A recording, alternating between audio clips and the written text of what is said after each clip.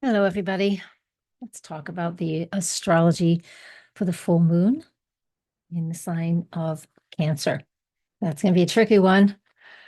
It is on January 13th, 24 degrees of Cancer. It is sitting right next to Mars. So we have the full moon at 5:30 p.m. Eastern time on January 13th. And let me read the ephemeris here. And then we have Moon Mars conjunction at 10:48 p.m. Eastern time on the same day. So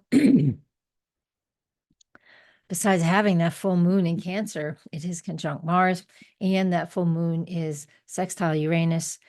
That means the sun is trine Uranus. Let's cover all of that and what does that mean? How we want to use this full moon. So I'm going to come and share my screen so you get to look at something that is not my face. And we will also cover the lunar gestation cycle as well. Okay, this is what the full moon here it is. Get that zoom. Or rather, here's that full moon. There we go. 23 degrees of Cancer, conjunct Mars, sextile Uranus, Sun, Uranus in a trine. There's this great little rectangle in the middle, which gives a lot of harmony, can add harmony to the day. But let's look at what this full moon represents, because when we have the full moon, of course, all of our feelings and emotions, everything's on the table. And, most of the time, nothing's hidden when we're at a full moon phase. And this is very true here, especially. So, in the sign of Cancer, feelings and emotions are heightened. It's just, you know, we've always known that this January of 2025 would be a precarious month to begin with because of so many different things going on. But with the full moon in Cancer, conjunct Mars retrograde in the sign of Cancer, this is the themes: home, family, security, homes, security, right? How we are caring for ourselves and nurturing ourselves. I know this is real basic Cancer, the Cancer vibe, right? Of taking care of home, family, and things like that. But we haven't had this full moon in Cancer with a retrograde Mars in Cancer. It's just been ages. And so, like since 1989, I think 89, 90, when Mars was retrograde at this sign, I think it's something in that range. So it's been a long time, and this feels incredibly intense. And besides just feeling intense because of all of this, if you look over at this little bar over here, this tells us, here's a quick little astrology lesson. Mars and Cancer, Mars and the moon, both in Cancer, are both out of bounds. And that means we're feeling the intensity of it at even another level. So, whew, what are we going to do with this and what can we expect? So, to begin with, we can expect feelings and emotions and unresolved issues, lingering conflicts to come to the surface. This is because this full moon in Cancer is with Mars retrograde in Cancer. Mars will be in the sign of Cancer until April 18th, 2025. So I want you to be incredibly aware and very much in the moment as to how you are feeling as we're getting closer and closer to this full moon. So I would just say that those couple of days, like the 10th, 11th, and 12th, but more so the 11th and the 12th, and of course, all of the 13th, as the moon is moving through Cancer, getting ready to be full in Cancer, soon thereafter, conjunct Mars in Cancer. That is when we're really going to be feeling our emotions deeply. I want you to do your best to honor how you're feeling. And this is going to be so important because there is so much intensity around these configurations with this current full moon that it just brings so much to a head. It's like having a brand new baby. If you've ever done that, if you haven't, I'll describe it. You have 24/7. You barely get time to sleep. You can sleep for an hour or two, but then that beautiful child needs your attention again. It's just like 100% constant attention outside of yourself around emotions and family and things coming to the surface. This is all because of that full moon right next to Mars as it's retrograde in Cancer. So I handle this it's up to all of us to handle this in our own way, but I want you to make sure that you become very aware of how you are feeling, overburdened or over emotional, and process it. Full moons are all about that. It's like we get to see everything that is part of what's going on in our lives, and we have a period in time here to make ourselves aware of it. We don't have to do a whole lot with it, but I want you to make sure and journal how you're feeling, how other people are feeling, how other people are feeling or making you feel. I want you to journal all of that. It's not complicated, but it definitely can be overwhelming. And so slow down and take that time to pause, to reassess, and to reflect so you can honor your own feelings and emotions and not have these unprocessed emotions that can feel overwhelmed, and then we're all just overwhelmed. And that is something that we really need to pay attention to with this full moon in the sign of Cancer. Yeah.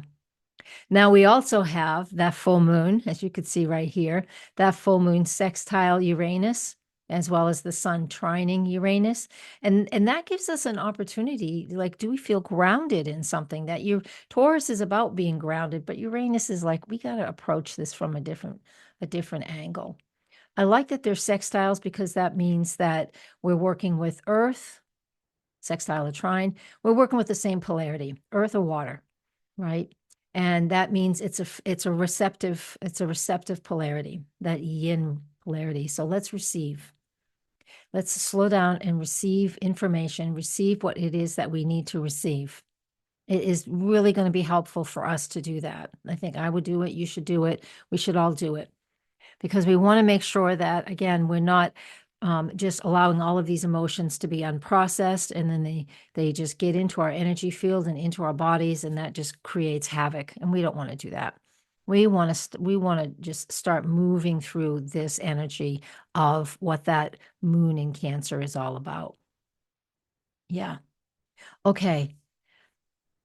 That is enough for that. I want to talk about how this also next is relating to the lunar gestation cycle. Some of you like this, and it just means we have a cycle that is a 3-year cycle, and we have the 4 quarters of the moon, the new first quarter, full last quarter, back to the new is all within the same area. So this full moon at right around 23, 24 degrees of Cancer, we had a new moon 18 months ago, which was on July 17th, 2023.